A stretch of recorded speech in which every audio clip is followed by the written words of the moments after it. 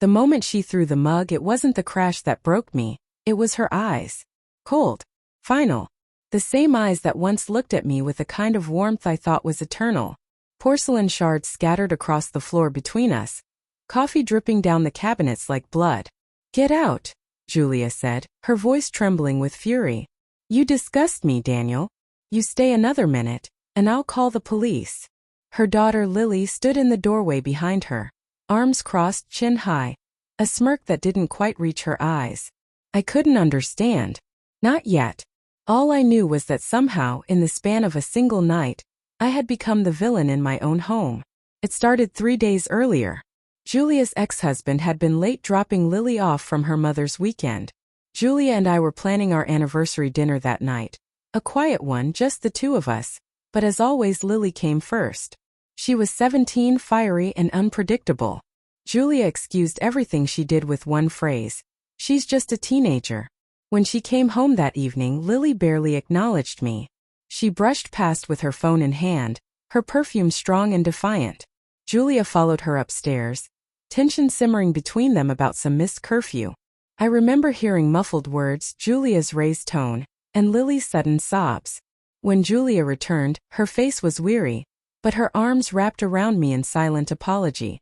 "She's been different lately," she whispered. "I don't know what's gotten into her." I kissed her forehead. "She's just testing boundaries." But I should have seen it then. The storm gathering behind Lily's silence. 2 nights later, Julia found the text. I'd left my phone charging in the kitchen. Lily must have taken it while I was showering. When Julia scrolled through my messages, she found a thread she couldn't unsee. Screenshots of me texting her daughter. Words I'd never written. Flirtatious. Sick. When I walked out of the bathroom, towel around my waist, Julia was shaking, holding my phone like a weapon. "How could you?" Her voice cracked like glass. "She's a child, Daniel." What are you talking about?" She showed me the screen and my stomach dropped. My name. My number. My words, or at least what looked like them. But I hadn't written a single one. I tried to speak, to explain that someone must have spoofed my number, that Lily had been acting strange, but Julia wouldn't listen. "Don't," she whispered. "Just don't lie anymore." And then came the mug. The shattering. The ultimatum. For a month, I lived out of my car before I found a small apartment. Julia filed for divorce almost immediately. She blocked my number, ignored my letters, and when I tried to speak to Lily, to ask why, she threatened to report me for harassment. I replayed it all endlessly. The mornings we spent cooking pancakes. The nights I helped Lily with her college essays. I'd been a father to her in every way but blood. Why would she destroy me like that? The truth came from an unexpected place. 2 months after the divorce papers were finalized, Julia's sister, Marla, called me. She sounded hesitant, her voice low. "Daniel," she said, "I think you deserve to know what's happening over there." According to Marla, Lily had been caught lying to her mother again, this time about school money she'd stolen from Julia's account. When Julia confronted her, Lily screamed something in rage that shattered the last pieces of their fragile trust. "She told Julia the truth," Marla said. "About everything. About the messages." I couldn't breathe. She admitted she faked them. She used one of those apps that lets you simulate text conversations. Said she was angry that her mom cared more about you than her own daughter. Thought if she could get rid of you, things would go back to the way they were. I pressed the phone against my forehead, my vision blurring. "What did Julia do?"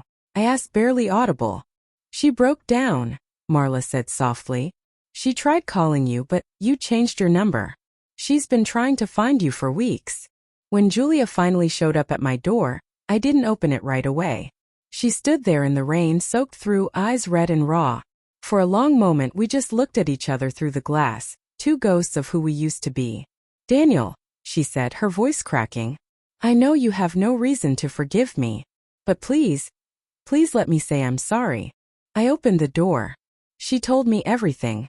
How she found Lily's confession saved on her laptop, how the guilt had eaten at her since. She was trembling, her hands clutching a small folder. Inside were the screenshots, metadata, timestamps, all showing the truth. "I destroyed our life because I couldn't see past my fear," she whispered. "I believed my daughter over you because I thought blood meant truth. But I see now that love, real love, isn't always born from blood. I wanted to hate her. God, I wanted to. But as I looked at her, broken, drenched, and pleading, I felt something else. Pity. Sadness. A love still bleeding beneath the scars. I don't know if I can forgive you, I said quietly. But I can't hate you either. She nodded. That's fair. We talked for hours about everything and nothing, until dawn crept through the blinds. When she left, she didn't ask for another chance. She just pressed her wedding ring into my palm and whispered, I'll carry this guilt forever. 3 months later, I received a letter from Julia's lawyer. It wasn't another legal document. It was a trust notice. She had signed over her share of our old house to me. Lily was moving out, transferring schools, and Julia was leaving the country to start over.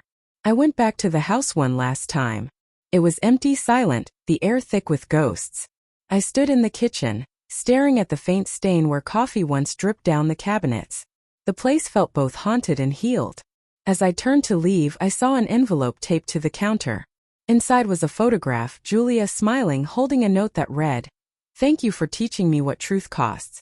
I walked out without looking back, the sound of my footsteps echoing through a life I had finally outgrown. And for the first time in a long while I felt free, not vindicated, not vengeful, just quietly, painfully free.